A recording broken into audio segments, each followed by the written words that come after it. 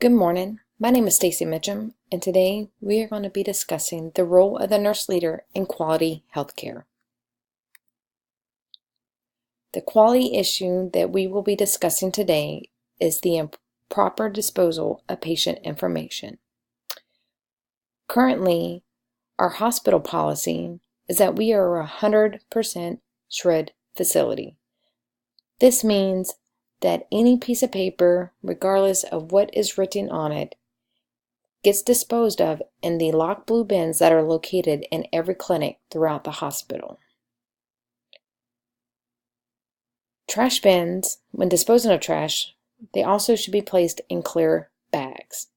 These clear bags allows for housekeeping to be able to see clearly through the bags, to be able to identify whether or not if there is paper in these bags. If they are, then housekeeping does not pick up the trash. All bags must also be labeled with the clinic name and individual's initials, just in case if there is something that is found in the trash bags, whether it be paper or a biohazard, they know which clinic that it came from.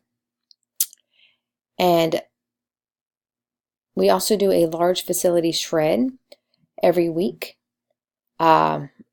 So every other week we have a contract company that comes out to the hospital and shreds all the paper on site. So why is this an issue? Because it is being found that patient information as well as healthcare worker personal information are being thrown away in regular trash cans. So far it has been found that sticky notes are being just tossed away. And on these sticky notes, we are finding out that telephone conversations are being written down, doctor orders are being written down on them. Notes are just being passed throughout the clinic with patient information on there, sometimes names, sometimes date of birth, sometimes their last four of their social security number. These things should not be thrown in regular trash. Sticky notes should also be thrown in the blue trash bins. There's also labels, patient labels that have been found in these trash bins. Labels that, even though they might have like a pen written through it, but you can clearly see the patient's name and their date of birth and what type of medication, their last, still on the label. So even though labels are not your typical paper that you think of, they still contain patient information and should be disposed of in blue bins. As well as expired prescription bottles have also been found with labels that are still attached to the bottle. So these labels need to be removed and those labels need to be tossed into these bins as well. Some interesting things, people that work in the hospital have been throwing away their personal information, such as their training documents. They have their training certificates with their name, sometimes their last four of their social security number, where they work at. They throw these in the trash cans. They're on appointment slips when they have appointments throughout the hospital that has their name and their date of birth on there. They've been throwing those in the trash cans. And bills. There are personal bills that have their address, their account information. They're also throwing this stuff in the trash can instead of throwing it in the shred bin. And recall rosters that list everybody within a clinic with their address and their home telephone numbers have been found balled up and thrown in the regular trash can. So what is our med group doing to measure this problem? Well, currently what they have in place is that they are doing random inspections. These random inspections consist of them picking a clinic and basically looking in their trash to see whether or not if they are throwing paper in these trash cans or any sort of biohazard material. When they have found that there are issues, they take pictures of these findings, and these pictures get sent over to our infection control individual. She then notifies the group commander. The group commander will send out an email. The emails will contain the pictures. If there's patient information on there, it will be blacked out so it's not reshared and regenerated again. She also attaches the hospital shred policy, so that way individuals are aware that we are 100% shred. and the biohazard disposable handout to let people know whether or not if certain items can be thrown in a regular garbage can or they have to be put into a red biohazard. So why are we talking about this? Well, the U.S. Department of Health and Human Services estimates that most healthcare organizations, they spend about $18 billion on programs, education, training to ensure that hospital care workers are following the HIPAA policy rules.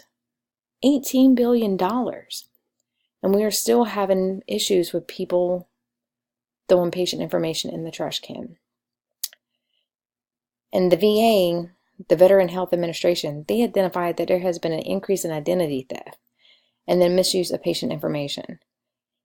And they're thinking that this has to do with the fact of how technology is, because majority of patient records are now all electronic, so it's easier to gain access into those records. Patient information sharing, so being able to relay information to another healthcare provider via email, via text message on their personal phone, are ways that make information a lot more accessible for others to be able to get a hold of. The National Academy of Medicine even stated that technology has increased the potential of mishandling patient information, making it so much more accessible to everybody else. But for us, this technology for healthcare workers makes it easier in a sense that it's easier to document now. It's easier to pull up previous medical health records. It's easier to communicate back and forth with other healthcare providers because we have those technologies that makes things a little bit easier and faster, but it also makes it more accessible for others to be able to gain that information and to misuse it. So here's my innovation of what I think that we should do in our healthcare environment to help protect our patients from people gaining their privacy information. So one of the evidence-based practice findings that I found was to implement an education and training module. And that this module has to be based off of professional competencies and understanding ethical dimension of care. They say that for healthcare providers to understand how protecting patient privacy information relates to ethical dimension will provide a better basis for healthcare workers to understand why it's so important to protect this information. It also states that it'd be great to create some sort of training. So within our med group, we have what we call SWING, which is our specific training that we do for all of our hospital specific training. So to create a training that can be tracked to ensure that people are reading the information, that they're understanding it, that way they are held accountable for knowing the information. And maybe make this training quarterly just to ensure that people are understanding that this is serious, and hopefully there could be a change in place, so that way we can maybe gear back a little bit from quarterly, maybe go annually, but just to ensure that people know that this is a serious thing. Also do some annual face-to-face training. Flight leadership, nurse managers need to be able to sit down with their people and talk to them and be able to express why this is important. Without that face-to-face interaction, most people aren't going to take this seriously. They're just going to look at it as another training. So you have to have that interaction, that personal interaction with your staff, so that way they can understand the importance of protecting patients. Another innovation that I thought would be great that I found was implementing privacy-friendly digital whiteboards. These whiteboards, they assist with mediation of clinical progress. The great thing about them, you can adjust privacy settings, so that way not everyone can have access to all the information. And then it's a control access, so only certain people can have their password in order to get into it. So you know who's logging in and out and who's going into what. So This digital whiteboards would be great for like inpatient units. They do safety huddles every morning where they hand out sheets of paper that basically have patient information, their names, their sex, their race, their diagnosis. So all these things are on this paper and is handed out to everybody that comes into these meetings. Now, everybody, they don't need all that information, but it's easier to hand out that piece of paper because it's already created. So having these digital whiteboards where you're able to make those adjustments, remove those patients' names, but you can still discuss the diagnosis and the progress of that patient without giving any identifying factors out. And then it also saves on those papers accidentally being left somewhere where other people can have access to them. And these whiteboards can also be handy in interdisciplinary rounds. So my argument for this quality issue is right now what we have in place isn't working. There's still a large amount of patient information that are still making it into the trash bins. Emails are going out by organizational leadership, but there isn't any change. There's no repercussions for not following the current policy. And with our hospital, there's such high turnover that there's so many new people that are coming in that it makes it a little bit difficult to constantly stay on top of training. So what one hospital has done isn't currently what this hospital is doing. So trying to ensure that these new people that are coming in understand what our current hospital policy is very important. So why should we implement the innovations? Well, first off, it's important to educate staff on ethical dimensions, of how ethical dimensions relate to patient privacy. We need to protect our patients. We need to respect their individual privacy. We need to be able to protect their patient health information. And plus, healthcare workers need to be aware of what their responsibility is to protect that patient information. Also, implement a new training program that is tracked. That way people are held accountable for following the policy. Also, purchasing whiteboards will allow modifications of what people can see outside of that area. So they won't have access to everything, but just the need to know. And these whiteboards, they will also eliminate paper, which will decrease patient information from being accessible, meaning it will not allow these papers with all this patient information left in areas throughout the hospital by mistake. So what can we do as nurse leaders to help with this protecting patient privacy? Well, first off, nurse leaders were role models for the organization.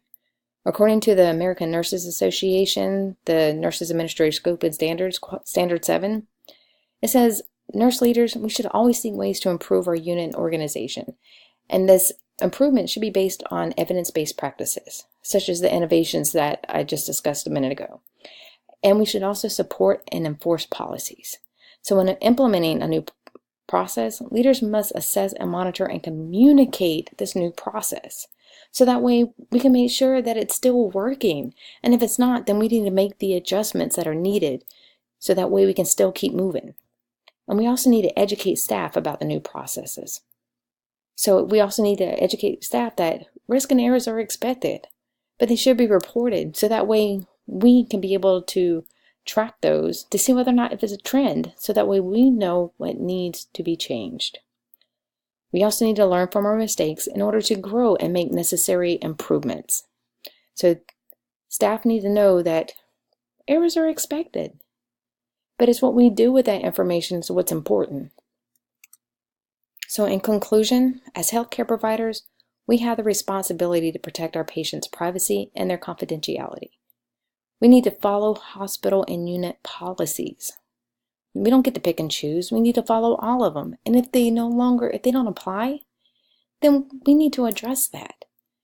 If a current process is in need of improvement, then we need to research ways to make it better. And Galatians 6:9, and let us not grow weary of doing good, for in due season we will reap if we do not give up. So therefore we need to continue to seek ways for improvements.